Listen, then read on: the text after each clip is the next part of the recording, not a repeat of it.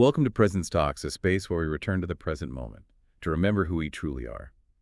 Today's deep dive, it's an invitation, really, to ground ourselves. So we're going to explore some source material that really lays bare the mechanics of our biggest inner challenge, wouldn't you say? The loss of peace. Mm-hmm.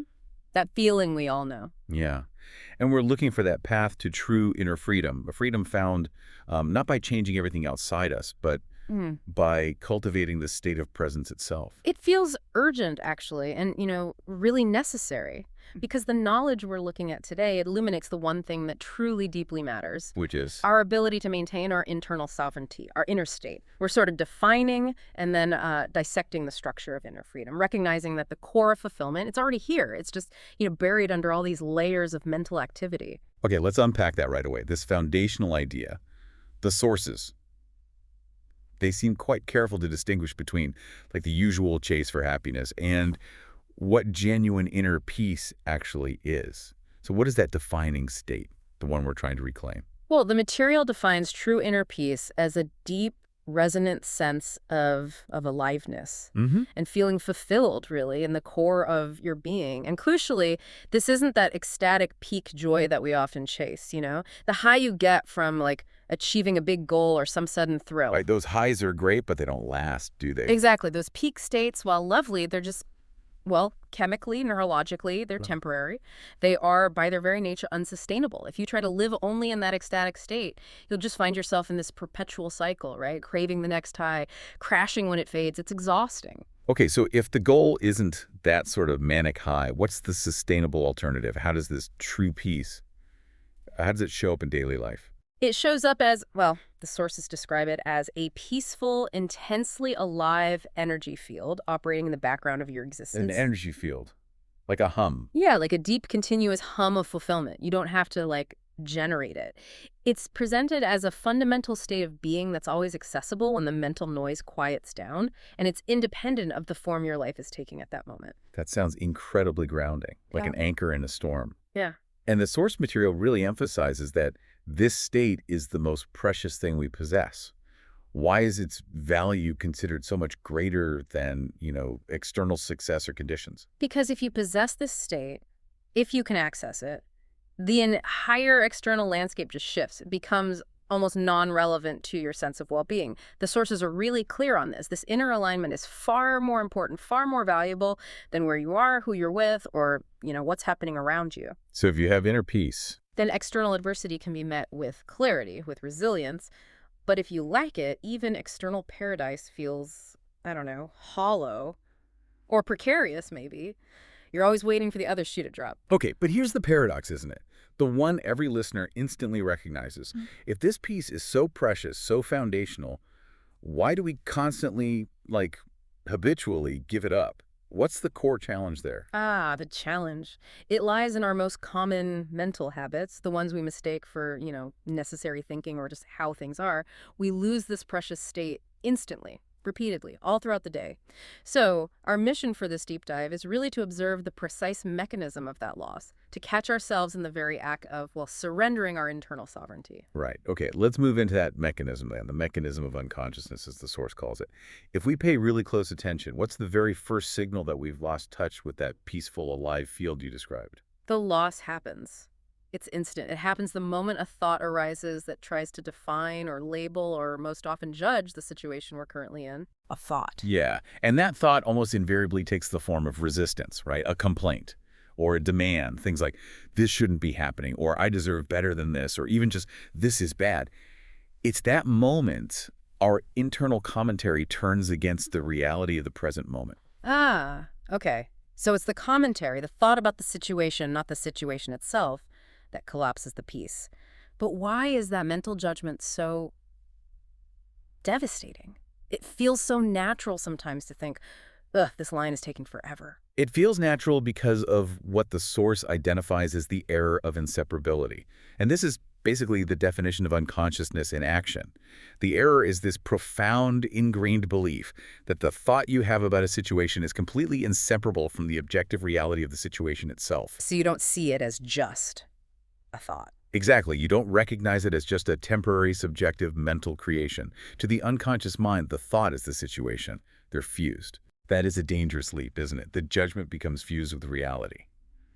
Okay, let's spend some time here because this feels like the real intellectual, well, the practical challenge too. Yeah. Can we get some more examples of this error of inseparability applied to, modern life, modern stressors? Absolutely. Let's take a common one, a traffic jam. Oh yeah, perfect example. Right. So the situation is just a set of external facts. Stationary cars, a certain duration, maybe the sound of horns, the feeling of being stuck.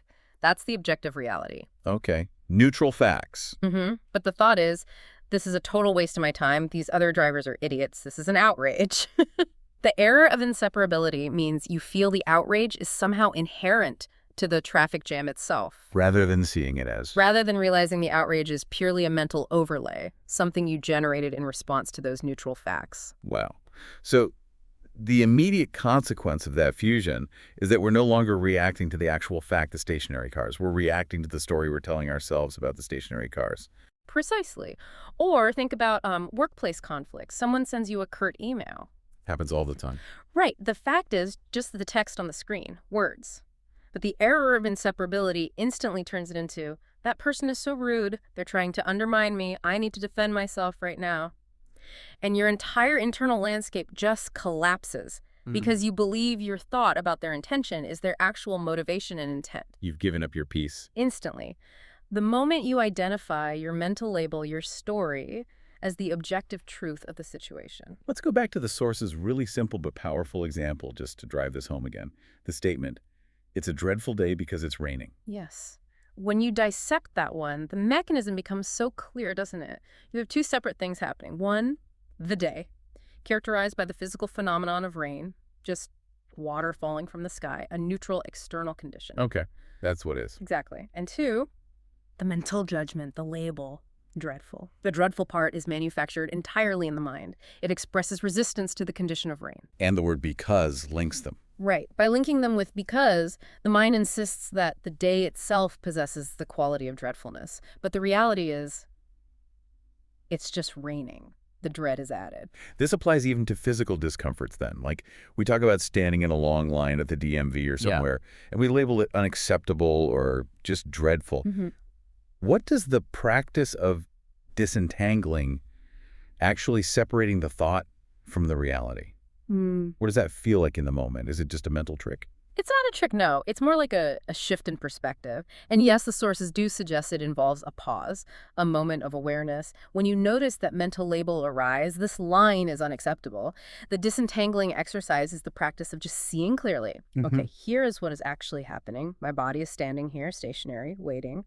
And here is what my mind is saying about it. A story about frustration, impatience, rejection of this moment. So you see the two things separately. Yes. And what happens in that moment of separation, it can be subtle, but it's often a profound release of tension. You might even feel it physically, like a slight relaxation in the shoulders. Maybe your breath deepens a little, and the thought itself it loses its magnetic pull on your attention. It's still there maybe, but it doesn't run you anymore. And the cost of not doing that, of just believing totally and blindly in every judgment that pops up, it's immense. It's the immediate total loss of that inner peace we talked about. Ew. You become wholly dependent on external conditions, right? Yeah. The weather, the speed of the line, how other people behave, your happiness, your inner state becomes completely reliant on those things. You're essentially handing over the remote control of your internal world to the chaos of external events. And that's not freedom, is it? It's more like a lifetime sentence of being held hostage by circumstances. That realization that I am making myself dependent through my thoughts, that brings us really beautifully into the next part, the deep reflection on freedom from external conditions. Once we see the mechanism, this self-sabotage, how do we stop it?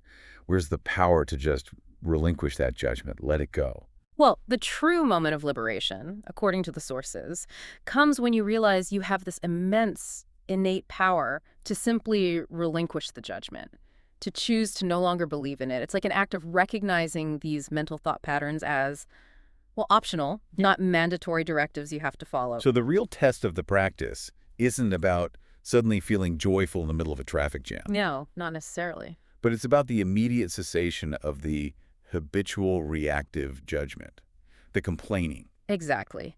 The new practice is this kind of radical acceptance of what is. The thought comes, this person is really irritating me. Okay. You simply recognize it. Ah, there's that thought again. And then you choose consciously to stay with what is, which is, I am here. This other human is behaving in their conditioned way, perhaps. That's all that's actually happening. And the energy that would have been wasted in resistance, in fighting reality, it's suddenly available, maybe for clarity, maybe even for humor sometimes. This shift leads to a really profound philosophical distinction that the sources highlight.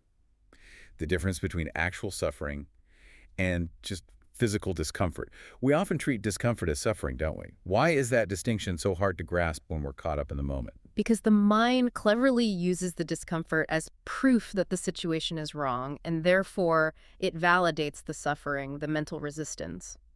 But the sources are very clear. It's the mental judgment, the thought of resistance, that adds the layer we call suffering. The situation itself might involve genuine physical discomfort. If you're out in the cold without a coat, yes, that's physical discomfort. If you have a toothache, that's physical discomfort. So if the situation simply is as it is, where does the suffering actually come from? The suffering comes from the mental narrative, the story, that gets layered on top of the discomfort. So let's take the toothache again. Discomfort is the physical sensation, the ache. The mind then adds, oh no, this shouldn't be happening now. This is terrible timing. This means I'll have to take time off work, maybe spend money I don't have. This means I'm weak or unhealthy. My whole weekend is ruined now. Ah, I see. That part is the suffering. Exactly. The pain is physical. The ruined weekend is a mental fabrication. The thought provides the suffering. The neutral malady just provides the discomfort. And when we stop adding the judgment, the story, the discomfort might remain, sure, but its power to hijack our entire state of being just evaporates. Okay, I can almost hear a listener thinking, though, pushing back a bit. If we just accept reality without judgment, won't we lose the motivation to change things that genuinely need changing? Doesn't frustration or maybe even righteous indignation sometimes fuel necessary action, like in social justice movements or advocating for better working conditions, things like that? That's a really critical question, and yes, the sources definitely anticipate it. The answer they offer is that judgment and condemnation are actually not necessary for effective action. In fact, they often cloud it. How so? Well, action fueled by condemnation, this is wrong and I hate it and those people are terrible, tends to be emotionally reactive. It's easily derailed, it burns out quickly, and it's fundamentally based on fighting what is.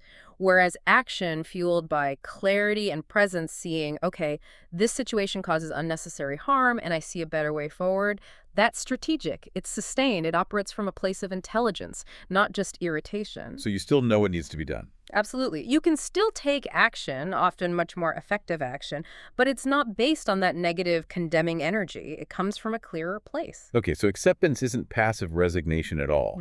It's more like removing the noisy, negative emotional fuel, which then allows a clearer, maybe more powerful drive to take over. And when we do manage to remove that mental suffering layer, what's the immediate practical reward? What does it feel like? The immediate reward is described in the sources as an enormous liberation. Just imagine being stuck in a place or a situation that before your mind would have instantly labeled, I hate this, I don't want to be here, triggering all that anxiety and agitation and internal conflict. Okay. But now, because you're practicing this, you're just there, fully present, without any mental resistance, without the judgment attached. That moment when you suddenly realize, I am just here and actually it's okay. That feeling, that's the beginning of real freedom from external dependency. Her center of gravity shifts. Entirely. It shifts to your internal choice, your state of presence. Your inner state is no longer conditional on what's happening outside. Okay, so we've established the mechanism, the error, and the profound internal shift that's possible. Now we have to address what the sources call the ultimate test, moving into this idea of inner alchemy. If this spiritual awakening, this presence, is meant to be lived in daily life, the sources state really clearly that the most challenging factor is usually other people. Why is that? Why are other people often harder to accept than, say, bad weather or traffic? Well, other people are challenging primarily because the vast majority of humanity is still deeply identified with their mind, with their egoic consciousness. And the ego, as we've discussed, is like a powerful conditioned machine built on judging, reacting, comparing, complaining. Right. So when you encounter someone who is deeply identified with their reactive mind, they're essentially carrying this highly reactive, energetic field. And that field affects us. It can easily pull you back into identification with your own reactive mind. It's like a mirroring effect, and it feels exponentially stronger than just resisting a cold day or a long queue. Their judgment becomes a trigger for our judgment. Their complaint kind of invites us to join in to create this shared narrative of misery or frustration. Exactly. It makes it almost impossible to maintain your own inner sovereignty when you're constantly faced with that kind of mirroring. It feels harder to stay detached. Absolutely. And think about proximity, too. It's relatively easy to accept a cold day when you're warm inside, looking out the window, but it's incredibly difficult to accept the constant, maybe low-level irritation caused by a loved one's particular habit, something they do every single day right next to you compared to, say, a stranger driving slowly whom you only encounter for 10 seconds. Ah, the emotional closeness. It increases the ego's investment, its perceived stake in imposing judgment and wanting things to be different. So this shifts the central question of the practice entirely, doesn't it? It goes from, okay, can I accept the rain, to something much harder. Are you able to accept this other human being exactly as he or she is right here in this moment? That's the high bar, isn't it? Because our mind constantly wants to file them away under some neat, often derogatory label. Oh, they're so annoying, they're wrong, they're inconsiderate, they're clueless. This acceptance has to mirror how you accept a place or a situation without demanding that your mind impose its judgmental narrative onto them. You're accepting the form this present moment is taking, even if that form happens to involve a difficult or maybe just deeply conditioned human being. And if we can manage that, if we can somehow hold that space, that non-judgmental acceptance of the other person's temporary form, what's the ultimate payoff? What new kind of intelligence starts to arise then? Well, if the practice really takes root, if you consistently choose not to believe the judgments, not to fuel the reactions, then the old conditioned thought patterns of the egoic self begin to loosen their grip, maybe even dissolve. And this absence, this space, allows for the emergence of a new kind of consciousness, an intelligence that the sources describe as fundamentally non-conceptual. Non-conceptual intelligence. Yes. It's essentially replacing the entire operating system that was previously running your life. Let's define that previous system again, just to be clear. What exactly was that egoic self composed of? The egoic self is basically composed of conditioned, habitual, reactive thought patterns. And it's focused almost entirely on past grievances, remember when they, and future anxieties, what if this happens? Huh.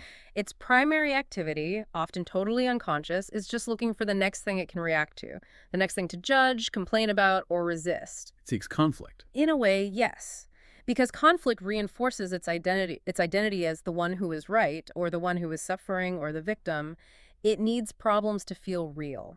We can see this everywhere in modern life, can't we? The constant urge to check social media for validation, the need to have an opinion on everything, the compulsive desire to mentally critique every news story, every person we meet. That's the egoic mind constantly scanning for something to judge, something to complain about, something to reinforce its sense of separateness. It sounds exhausting. It is exhausting. And it keeps us in a perpetual state of readiness for conflict, internally or externally.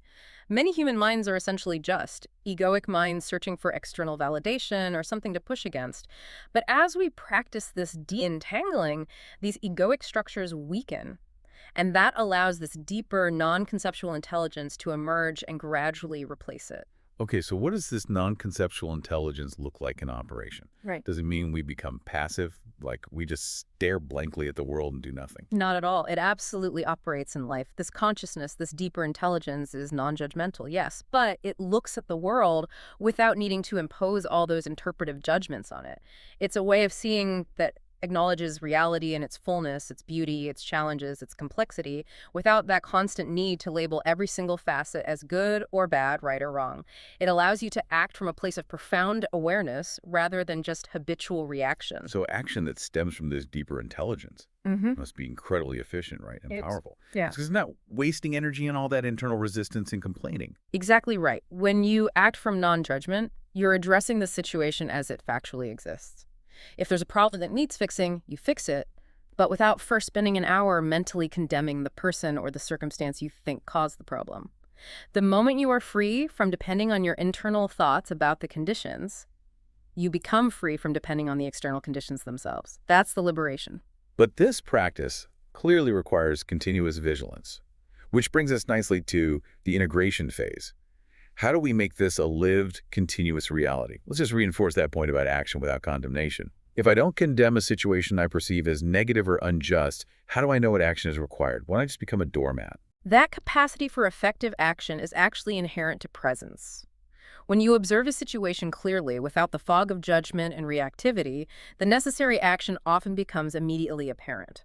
Much clearer, in fact. If you need to speak up about an injustice, you speak from clarity about the facts, about the harm being caused, not from sputtering anger aimed at some perceived villain. If you need to, say, move house, you do it from a place of discernment about your needs and what serves you best, not from constant mental condemnation of your current place. So the ultimate freedom, it's not achieved in some grand, isolated moment of enlightenment necessarily. It's forged through the continuous practice with all the little things that happen throughout the day. The small annoyances, the slight discomforts, the minor frustrations. That's exactly right. The goal is to make the shift continuous, gradual. You're essentially retraining your mind's habitual knee-jerk response to reality. You're learning to move through life without automatically attaching those instant mental judgments to everything. Now, to understand the level of commitment, maybe the radical nature of this unconditioned presence, the source provides some interesting historical context. It talks about the ancient practice of the mendicant. Yes, this is fascinating context, isn't it? In some ancient spiritual traditions, particularly in parts of Asia, certain practitioners took this core truth that inner peace is ultimately independent of external conditions. They took it to its absolute logical extreme. They became mendicants, essentially homeless wanderers, choosing voluntarily to give up all dependency on external conditions. Wow, all dependency. Pretty much. No fixed home, no possessions beyond a begging bowl maybe, no fixed identity tied to a job or social status, no established community providing comfort or security. That sounds like an incredibly brutal form of spiritual practice, designed specifically to strip away every last bit of the ego's attachment to comfort, security, identity. It was. Think about it. If you had no home, you couldn't complain about the leaky roof or the noisy neighbors. If you had no money, you couldn't worry about the stock market or paying bills. You were forced into this state of total moment-to-moment acceptance of whatever form the present took: heat, cold, hunger, kindness, indifference. The whole practice was designed to dismantle those mind structures that define me based on external things like comfort, possessions, social standing, reputation. But the sources do acknowledge that trying to replicate that exact practice, becoming a homeless wanderer in the modern West, it's largely impractical, maybe even impossible for most people today. Precisely. The cultural support system just isn't there anymore. There's no widespread tradition of supporting mendicants. And practically speaking, things like extreme cold weather in many places make it incredibly dangerous, unlike in, say, ancient India. So the suggestion is we now have to pursue the internal path. We have to replicate the internal conditions of the mendicant, that non-attachment, that acceptance, without necessarily requiring the extreme external ones. And this leads us to that really profound modern anecdote mentioned in the source material. The story that illustrates the success of this internal path. The individual who experienced a period of actual homelessness but found it beautiful. Yes, this is the ultimate proof, perhaps, that freedom truly is internal. This person, thrust into extreme external hardship, found the experience beautiful. Why? Because as they described it, the situation was so extreme, so far beyond their usual coping mechanisms, that the mind, realizing the utter futility of resistance, had simply given up complaining. It had stopped forming strong opinions about the external form of the moment. So the mind wasn't classifying the situation as bad, or judging the life as useless, or forming any fixed negative opinion about who I am in that incredibly difficult moment. Exactly. The entire structure of the egoic self, which relies so heavily on external security, status, comfort for its identity, had essentially collapsed under the pressure. It had nothing left to cling to. And when those mental opinions, those resistant mind structures, were absent, the external condition, no matter how objectively harsh it might seem, could not create suffering. The moment was simply as it is, stripped bare of all that mental projection and judgment. And when you are able to appreciate the raw, unconditioned aliveness of this moment, right now, no matter what form it takes, whether you're sitting on a velvet cushion or sleeping on hard concrete, the source suggests the experience itself becomes wonderful. that feels like the deepest level of practice, doesn't it? That radical, unconditioned appreciation of the present form, realizing the aliveness is the constant, the unchanging element, regardless of the vessel or the circumstance. And achieving that, or even moving towards it, requires continuous, rigorous work. It requires continuous work, yes, and perhaps most importantly, vigilance. Constant vigilance. The mind, for most of us, is like a muscle that's been exercised for decades, maybe a lifetime, in the habit of judgment, complaint, and resistance. It takes persistent, conscious effort to retrain it. So, as a final instruction then, something practical to carry out of this deep dive. What is the critical, constant task we need to maintain regarding all those spontaneous thoughts and judgments that arise throughout the day? The critical final instruction, really distilled from all the sources we've looked at, is essentially this. Don't believe in the judgments of your mind. Don't rely on the judgments of your mind. Your ongoing task, your practice, is to maintain the detachment of the observer, to be the deeper consciousness, that unconditioned, non-conceptual awareness that exists behind the mind's endless commentary. Okay, so the freedom we realize, it means we are only dependent for our inner state if we continue to give authority, give belief to the thoughts about the external conditions, whether those conditions are people, places, situations. That's the summation, perfectly put. The freedom is potentially instant, the moment that belief is withdrawn. Perhaps the greatest spiritual act we can perform moment to moment is that radical appreciation of the sheer aliveness of this present moment, regardless of the particular form that aliveness happens to be taking right now. Let that settle in for a moment. And as you move into the rest of your day, perhaps here is your invitation, your practice. Just observe the next spontaneous judgment that arises. That thought that says, this shouldn't be happening, or this is wrong, or I don't like this. Don't fight it. Don't condemn the thought itself. Just gently see if you can disentangle it from reality. Say to yourself, perhaps silently, okay, here is the fact, and here is the story my mind is telling about the fact. And when you separate the rain from the dreadful, or the waiting from the unacceptable, just notice the feeling of that unconditioned presence that remains underneath. What happens to your sense of aliveness when that layer of mental resistance simply drops away? Explore that space.